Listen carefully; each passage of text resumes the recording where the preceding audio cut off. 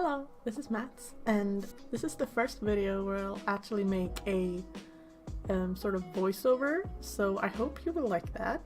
And in this video I'm going to make, or paint, I don't know what you should call it, I'm going to make this little headshot of my character Mats, who's sort of my Sona, or my, I don't know really, I guess it's my Sona. And I was going to make this my profile picture, but I ended up not having it as my profile picture. I don't know why, but I don't know, it did not fit the circle on Instagram, and I got mad, and now I'm here.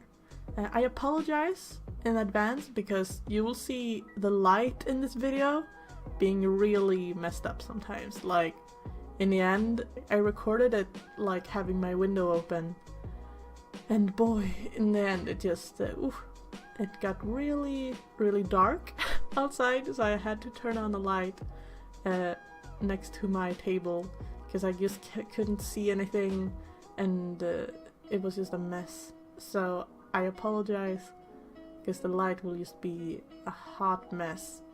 So in this video I'm going to talk a little bit about the process of me painting and the drawing on the painting, I don't know. And I'm also going to answer some questions that you guys had on my social medias. I'm going to start out with talking about the process of this drawing. When I start out, I draw on another piece of paper to sort of plan out the drawing before I put it on watercolor paper. And afterwards, I'm done with that, I trace it or just look at it and draw it on the other paper. Which I do recommend doing, since when I usually draw first on the watercolor paper, it usually just ends up bad and I end up not being happy with the results. So drawing on another paper first and then transferring it is a good way of having more control, and you're able to make more versions before you commit to one, which also saves watercolor paper since that kind of paper can sometimes be fairly expensive, so you don't want to waste it. When I have transferred the drawing to the actual paper, I start doing the flats, which is what I'm doing currently in the video. And I try to get most of the values done before I start using the pencils.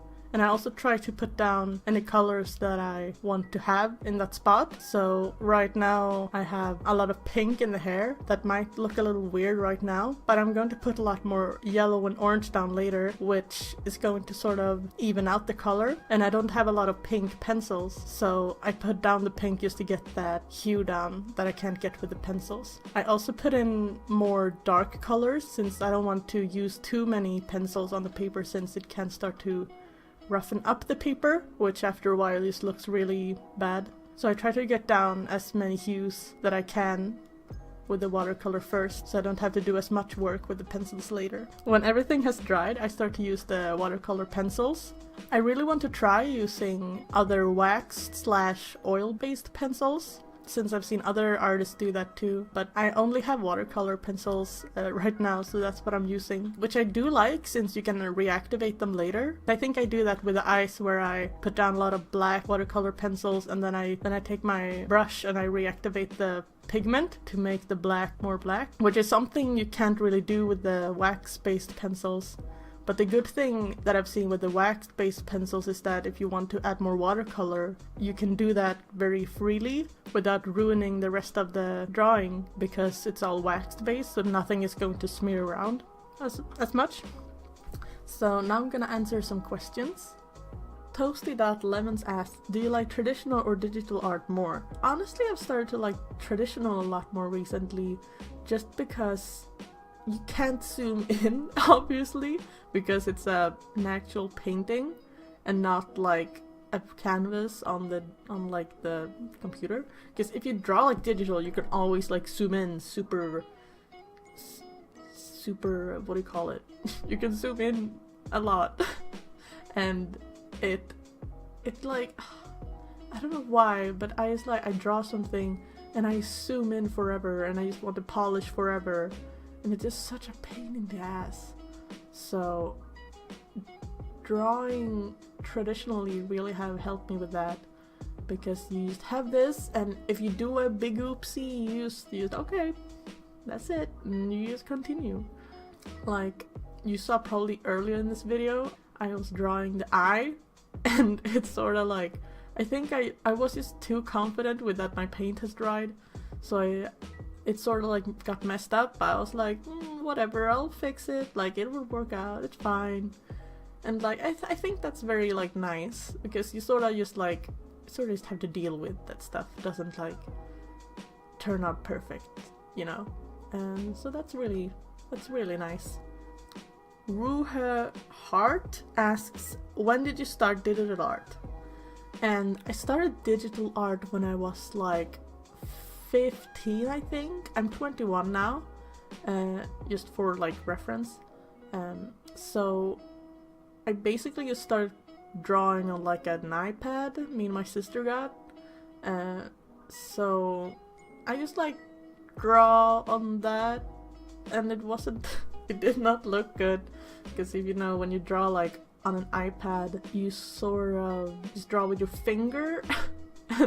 And the iPad nowadays, like the iPad Pro, the pen, that's awesome. So don't think that I'm like shitting on that, like I'm not. But the iPad back then, it was not nice. Even if you got like a expensive pen to it that would be better than your finger, it was still not that nice. So my art back then, I can actually show something, like one of my first things that I drew digitally right now on the screen. And I don't know, I think it was alright, but I had a lot of like problems with anatomy, or like I basically just didn't know anatomy. So it was just not, it was not a fun time. But yes, so I started when I was 15. So I've drawn for around 7 years now. And then I got my first tablet when I was 16, I think. So I got like a Wacom Bamboo, and it was good, but it was also very small, so it really hurt my hand after a while. Riot as Retro asked, how often do you get art block and how do you get past it? People have sort of like different opinion what art block is.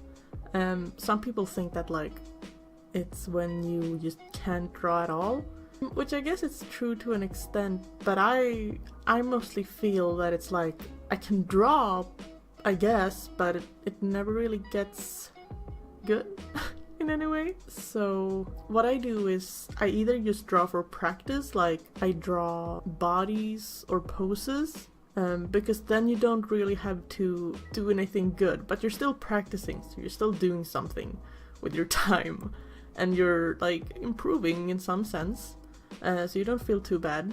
But if you have to do something, like you have a commission or something, you just have to power through it, I think. And you can always just like do stuff and see what happens. But sometimes an art block can just get too much, and I just like don't do anything for like 1 or 2 days.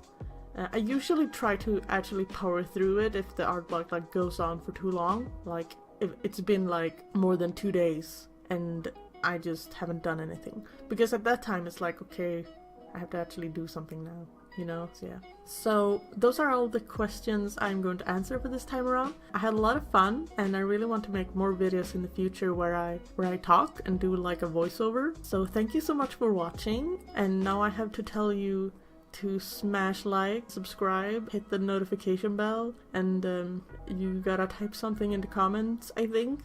Yeah, thank you so much for watching, and bye!